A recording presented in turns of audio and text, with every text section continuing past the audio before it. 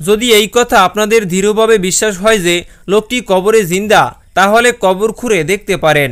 এরপরে কিছু সাহসী লোক কবরস্থানে গিয়ে কবরটি খনন করল।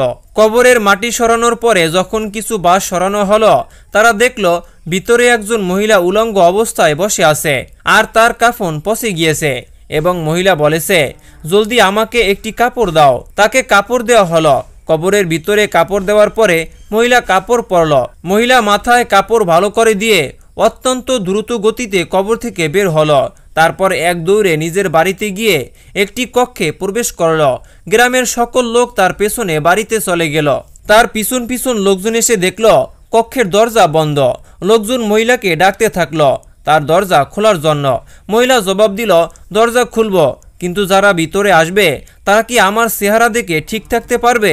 কেননা এখন আমার যে অবস্থা তা দেখে সহ্য করা সব মানুষের পক্ষে সম্ভব নয়। সুতরাং অত্যন্ত সাহসী কোনো লোক যদি থাকে তাহলে সে যেন ভিতরে এসে আমার অবস্থা অবলোকন করে। মহিলার এই কথা শুনে সবাই ভয় পেয়ে গেল। একজন লোক অত্যন্ত সাহসী ছিল। তারা বলল, তুমি দরজা খোলো, আমরা ভিতরে আসব। মহিলা দরজা খুলে দিল। আর তখন কিছু সাহসী লোক যখন ভিতরে প্রবেশ করল, তখন তারা দেখল ভিতরে মহিলা নিজের চাদর দ্বারা সম্পূর্ণ আবৃত করে বসেছিল।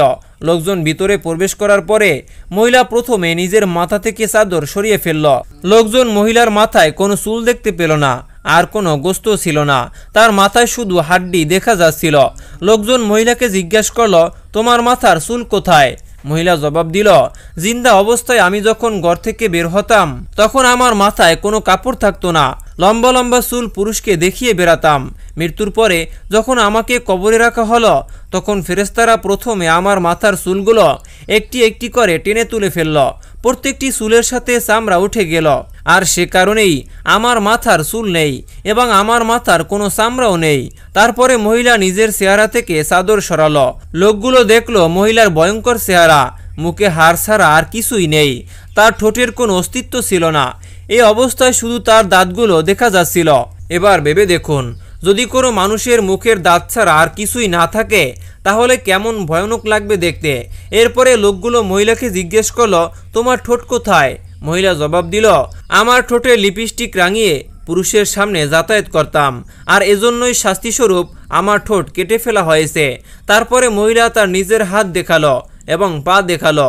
লোকগুলো দেখলো তার হাতের ও পায়ের নখগুলো নেই। মহিলাকে জিজ্ঞেস করা হলো, তোমার হাতের পায়ের নখগুলো কোথায়?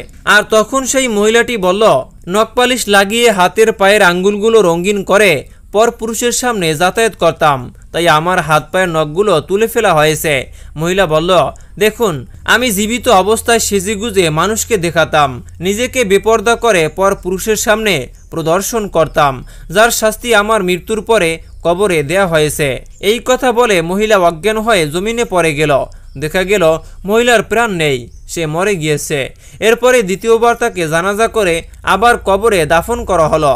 রাসূল আকরাম সাল্লাল্লাহু আলাইহি ওয়াসাল্লাম ইরশাদ করেন, যে নারী 5 ওয়াক্ত নামাজ পড়বে এবং রমজানে রোজা রাখবে, নিজের গুপ্ত স্থানকে হেফাজত করবে, অর্থাৎ পর্দা করে এবং ব্যভিচার থেকে বিরত থাকে, আর স্বামীর অনুগত্য করবে, এমন নারীর জন্য জান্নাতের 8টি দরজা খুলে দেওয়া হবে। সে যে দরজা দিয়ে ইচ্ছা জান্নাতে প্রবেশ করতে পারবে। এ হাদিসটি উল্লেখ আছে তিরমিজি ও তাবারানীতে। উপরোক্ত হাদিস দ্বারা বোঝা যায় যে মেয়েদের জন্য জান্নাত গমন করা কত সহজ। প্রিয় দর্শক, ভিডিওটি অনেক লম্বা হয়ে যাওয়ায় এটিকে আমরা পর্ব করে রেখেছি। পরের পর্ব দেখতে হলে অবশ্যই আমাদের এই চ্যানেলটি সাবস্ক্রাইব করে পাশেই থাকুন। দেখা হচ্ছে পরবর্তী পর্বে। সে পর্যন্ত ভালো থাকুন, সুস্থ থাকুন। আল্লাহ হাফেজ।